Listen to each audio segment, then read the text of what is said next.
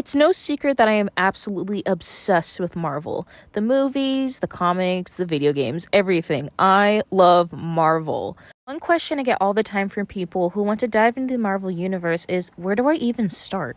With so much content out there, it can definitely feel overwhelming. But it doesn't have to be.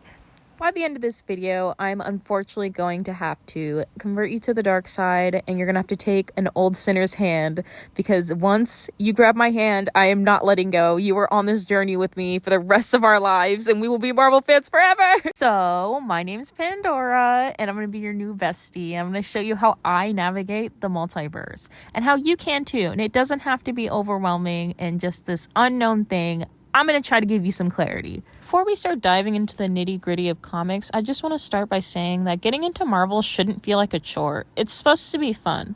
How you choose to interact with Marvel is entirely up to you. There's no right way to enjoy it. Want to be a lore sponge and read everything? Go for it.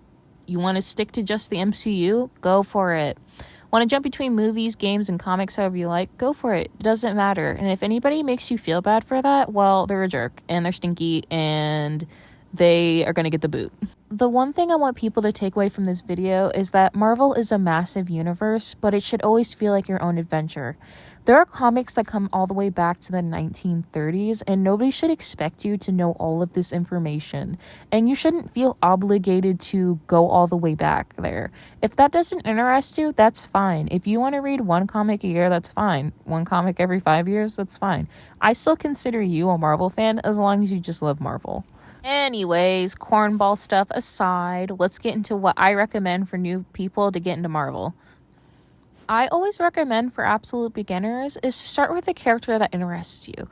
Do you think Jeff the Shark is absolutely adorable from Marvel Rivals? Great, he has his own comic series that's super easy to follow. Do you like Spider-Man's nonstop yapping and quick wit? Amazing, he has tons of stories where he shines. Find your character, the one that grabs your attention, and hold on to them. They will be your gateway into the rest of the Marvel universe. God, I make it sound so serious.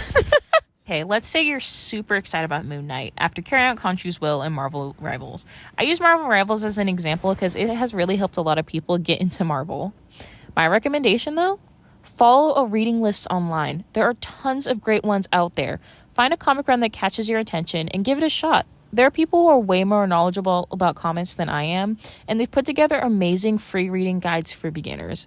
So you're now looking at this huge reading list and you're thinking, what the moon wants me to read all of this? No, actually, you don't have to start at the very beginning. Of course, you want to know the very basics of a character's lore, but there's often a misconception that new fans need to know everything before jumping in. You don't at all. If anyone expects that from you, again, they're stinky and they're getting the boot. The reason why I always recommend starting with one character is because if you're anything like me, and I knew absolutely nothing about Marvel when I first got into it, like, I didn't even know Loki and Thor were brothers. So diving into something like the X-Men felt intimidating. I really dragged my feet to begin reading comics because I always felt kind of lost.